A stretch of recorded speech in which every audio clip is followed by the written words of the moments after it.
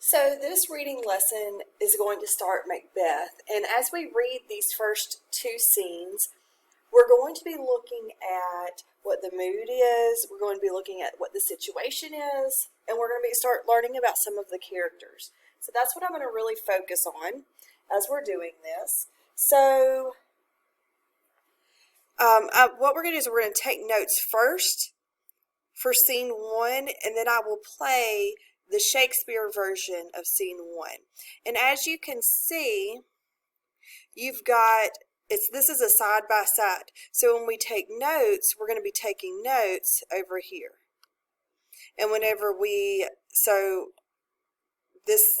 the right hand side. Whenever we actually read, we're going to be reading the left hand side.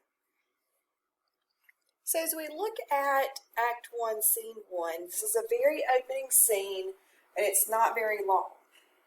But if we're looking at the very beginning, this part right here, this is before anyone ever says anything. But it opens up with thunder and lightning and three witches. So if just looking at that, before anybody says a word, thunder and lightning and three witches, this helps set the mood. And the mood, you could say, is eerie. You might pick other words, and that's fine, but I picked the word eerie. It's strange, it's frightening. That's the mood that this very beginning gives off.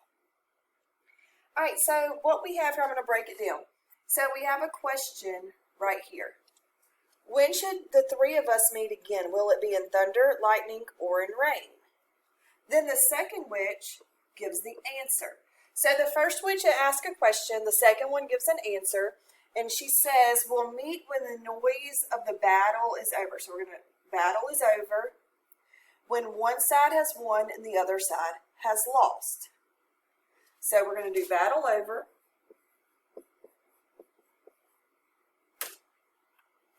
I don't know why, let's see.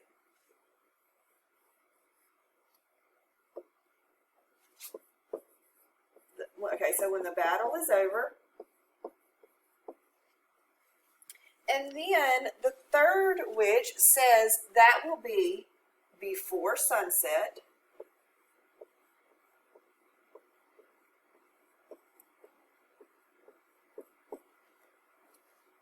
All right, and then here's another question from the first witch. Where? All right, so the first question was when. The second question is where. And then we get our answer in the open field. And then we get this part right here. There to meet with Macbeth. All right, so let's look at the way Shakespeare wrote it.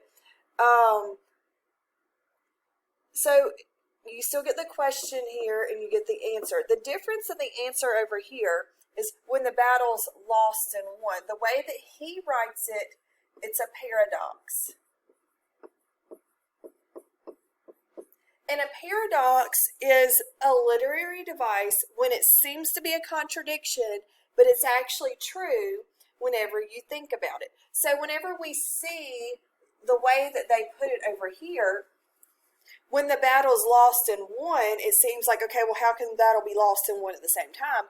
But if you think about what it really means, it means when one side wins and the other side loses and everything's said and done. That means the battle is over. The word ere right here means before. So before the set of sun. And then right here, heath. That's where you get the open field. All right. So now let's go. Now let's go on a little bit further down. All right. So let's just look at this last little bit of Act 1, Scene 1. We're going to be looking, it is very similar. It might be exactly, it's a little bit different, but let's look at what we have in this last line. Fair is foul and foul is fair. First thing you have to do is you have to know the meaning of fair and foul the way it's being used here. All right, so fair does not always mean equal. All right, fair can mean good. All right, then you've got foul. Foul is not like a foul ball, but it's bad. Okay, it's not, doesn't mean out of bounds. It's bad. So what we get here is good is bad because fair and foul. So good is bad, bad is good. And what the big meaning here that we're going to be looking at throughout this entire piece is good is bad and bad is good. But what we get from this is things are not what they seem.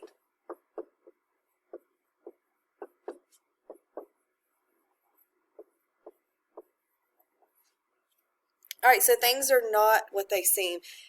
Good, and think about it this way, good seems bad and bad seems good.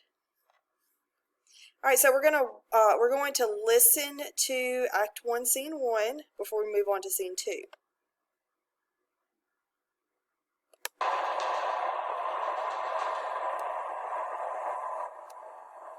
When shall we three meet again? In thunder, lightning, or in rain? When the hurly-burly's done, when the battle's lost and won, That will be at the set of sun. Where the place? upon the heath, There to meet with Macbeth. I come. When shall we three meet again? In thunder, lightning, or in rain? when the hurly-burly's done, when the battle's lost and won, That will be at the set of sun. Where the place? upon the heath, There to meet with Macbeth. And you hear? I come. Grim All right, so if we're going to look at Act 1, Scene 2, before we actually get into that, I do want to point out a few people. We have King Duncan, who is the King of Scotland.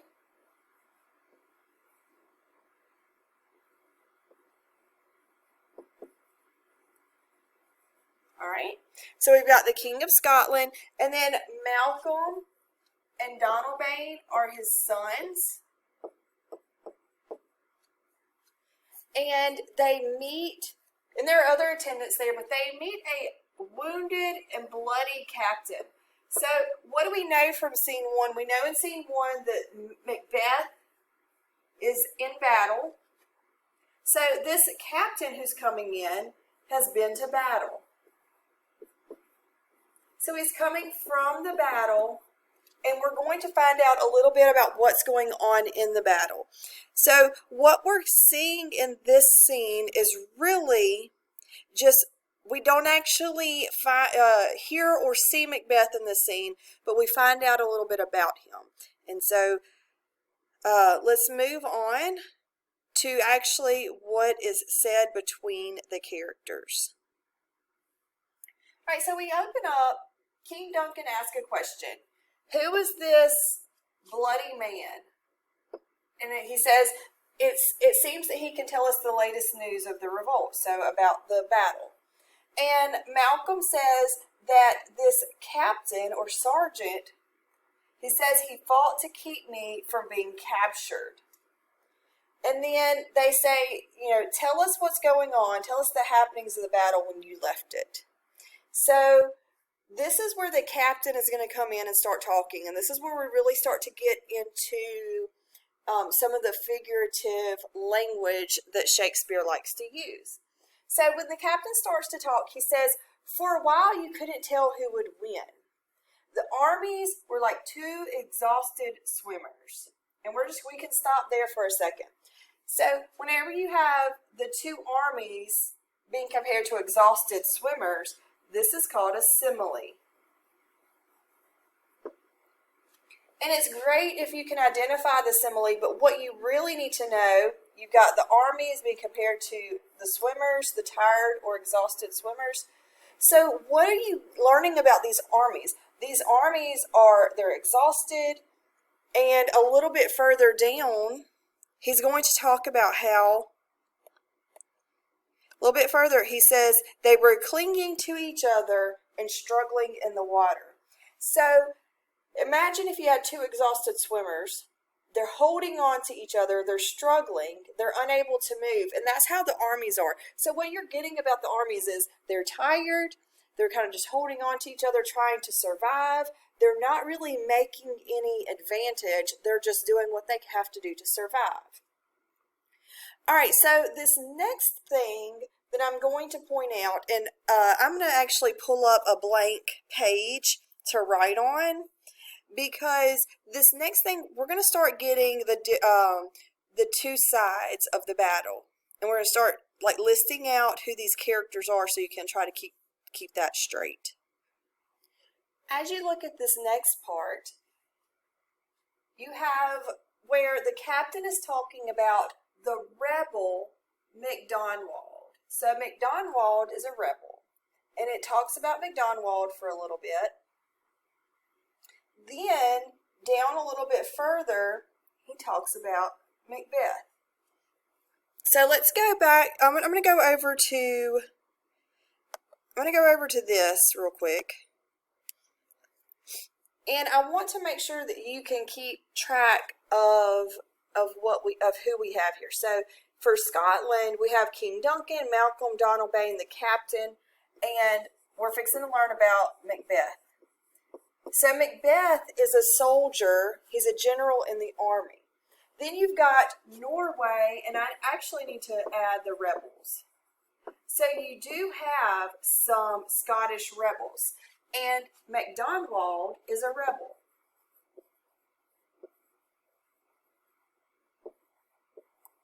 All right, so MacDonald is a rebel.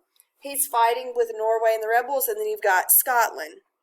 So as we go back to this, keep in mind that whenever it's talking about MacDonald and Macbeth, they are fighting against one another. So let's go back to our notes, and I'm going to scroll down a little bit more so that we can get this part right here. What's going on between Macbeth and MacDonald. All right, so I'm going to point out just a few things, not the entire thing, but one thing that I want to point out, and I'm going to underline it in red, it says that Lady Luck was with him, smiling cruelly at his enemies as if she were his whore.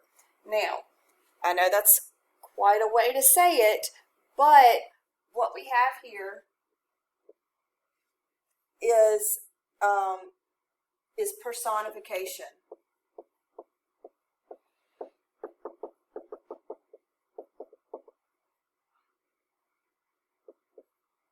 Oh no, my pen is messing up there.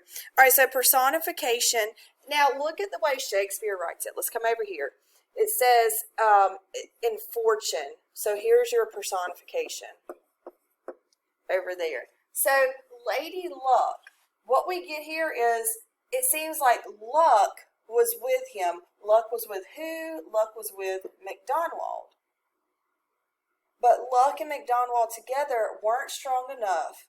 Brave Macbeth, laughing at Luck, chopped his way to MacDonald. So Macbeth and MacDonald fight, and it says that Macbeth split him open from his navel to his jawbone and stuck his head on over the castle walls.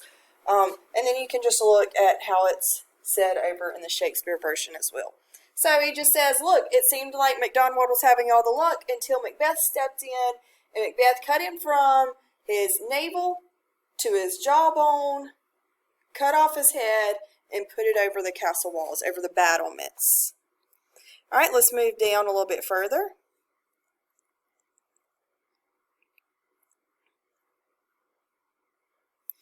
All right, so this next part that the king brings in some news, and he says, you know, it seemed like things were going good. The king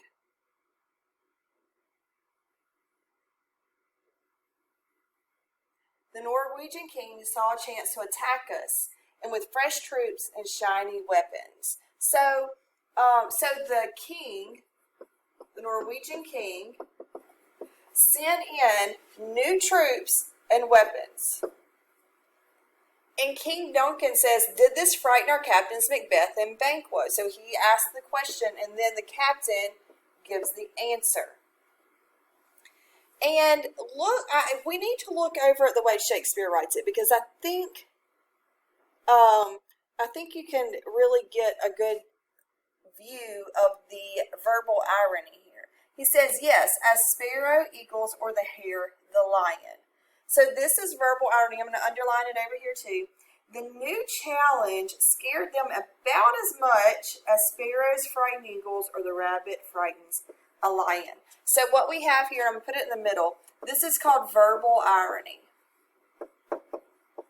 And verbal irony is when someone says one thing, but they really mean something else. So the verbal irony here is that he says, yes, and I'm looking at the Shakespeare version, he says yes, but then look at the examples that he gives. He says about as much as a sparrow frightens an eagle or a rabbit frightens a lion. So he says yes, but then his examples say no. So there's your verbal irony. Even though he says yes, he really means the opposite. All right, so he says, they were like talking about Macbeth, and I don't think it's brought up Banquo, but they were like cannons loaded with double ammunition.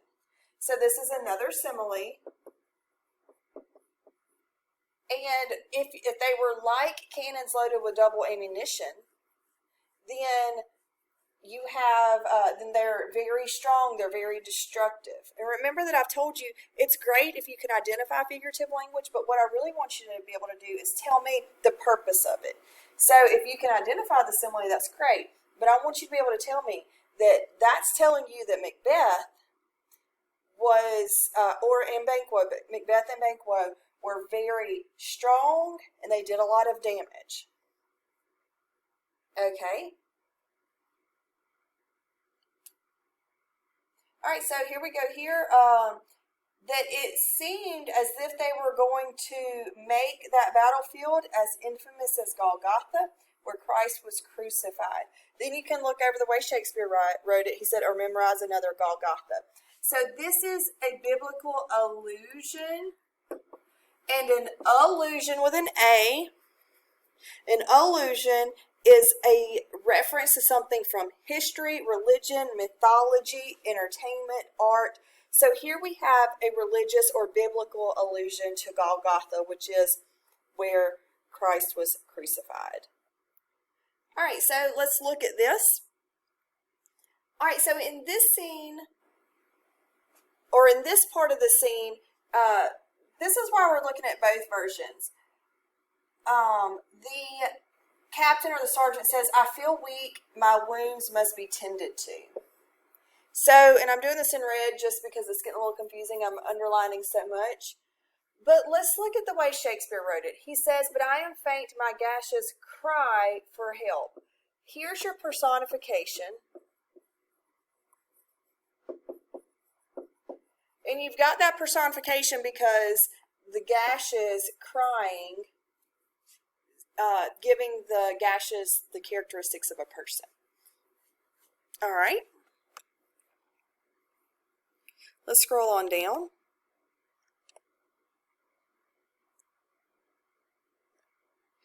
All right, so at this point, Malcolm, Lennox, Russ are here, and King Duncan says, you know, where have you come from? And he comes from Fife. Now, here's the thing is, I want to get to the part that's important. And the part that is important is the news that Ross brings, because this really starts to make a huge difference in our plot. So, Ross says something about the battle. And it says, he says, leading an enormous army and assisted, because he's talking about Norway, all right? So Norway's assisted by the disloyal traitor, the Thane of Cawdor. All right, so Cawdor and this is, you really need to get this. Cawdor is a Scottish thane or Scottish nobility. And what happened is the Thane of Cawdor is helping the Norwegian army.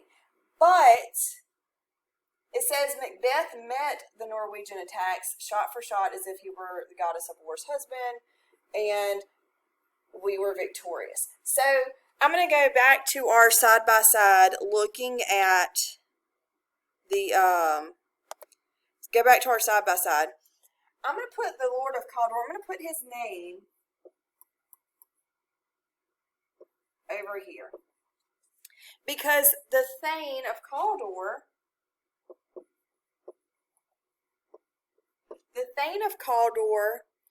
is fighting with the Norwegian army. And I'm going to put it in a box over here. He's fighting with the Norwegian army and the rebels. But guess what? He is supposed to be over here. He is a Scottish Thane. He is Scottish nobility.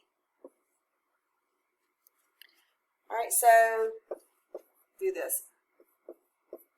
So he's Scottish nobility. And that's what a Thane is. Thane is just a title for nobility in Scotland.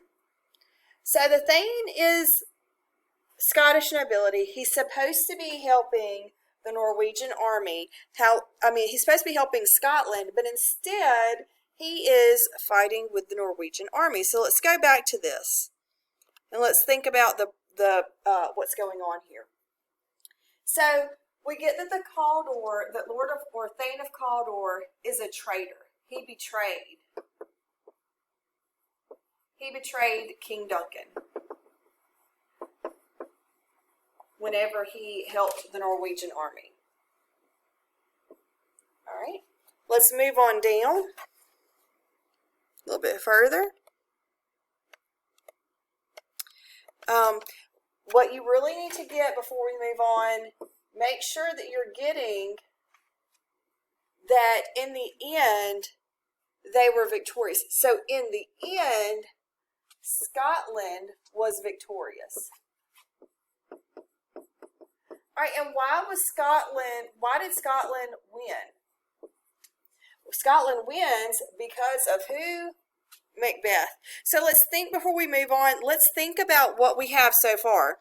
We've heard so far about Macbeth. We've heard, number one, that it was because of him that MacDonald was killed. Then we find out that the Lord of Cawdor betrayed King Duncan in Scotland, but that Macbeth came in, and because of Macbeth coming in and fighting, Scotland wins the battle. So, looking down right here, King Duncan says, "The Thane of Cawdor will never again betray me. Go announce that he will be executed." So he's going to be executed, and guess who's going to get the title? Macbeth. So the Thane of Cawdor will be executed, and then Macbeth is going to get the title. That's a big deal, and this is really what starts the plot of this, because Macbeth is about to get the title. But I need to point this out. He says the Thane of Cawdor has lost what the noble Macbeth has won. So Macbeth's getting the title that the Thane of Cawdor lost. But you have to know this term, dramatic irony. All right, so dramatic irony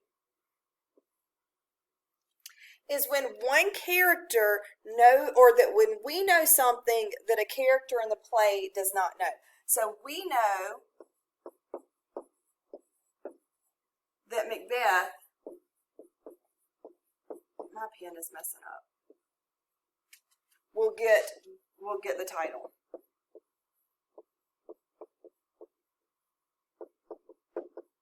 But Macbeth does not know yet. So that's how you have the dramatic irony, because we as the readers know that King Duncan has made this decision up here.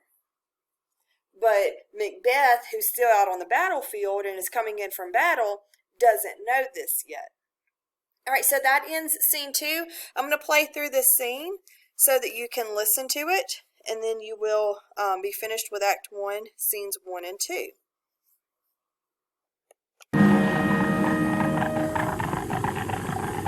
What bloody man is that? He can report, as seemeth by his plight, of the revolt the new estate. This is the sergeant, who like a good and hardy soldier fought against my captivity. Hail, brave friend!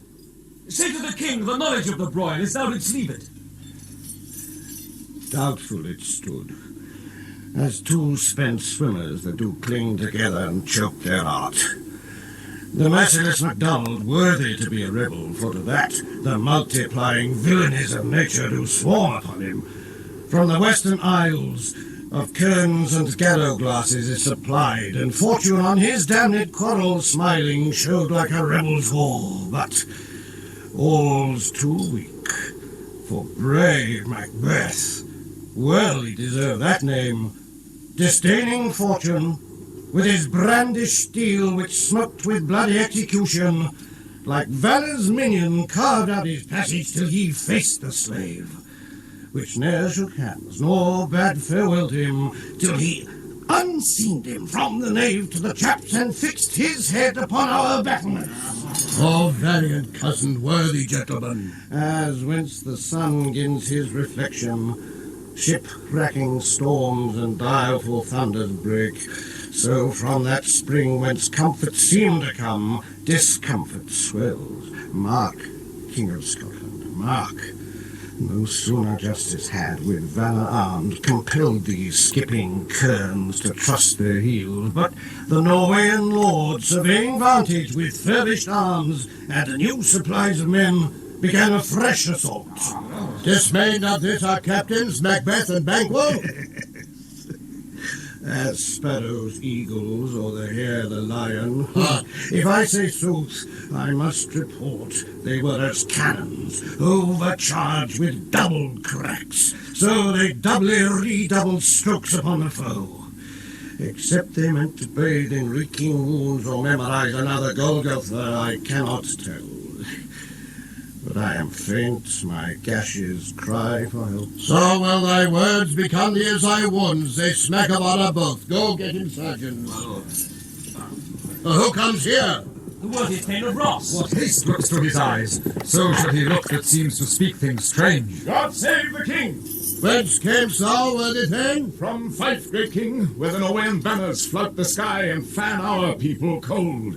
Norway himself, with terrible numbers, assisted by that most disloyal traitor, the Thane of Cawdor, began a dismal conflict, till that Bellona's bridegroom, lapped in proof, confronted him with self-comparisons, point against point, rebellious arm against arm, curbing his lavish spirit. And to conclude, the victory fell on us. Great happiness. That now Sweno, the Norway's king, craves composition, nor would we deign him burial of his men till he disbursed at St. Column's Inch $10,000 to our general use. No more that Thane of Cawdor shall deceive our bosom interest. Go pronounce his present death, and with his former title greet Macbeth. I'll see it done. What he hath lost, noble Macbeth hath won.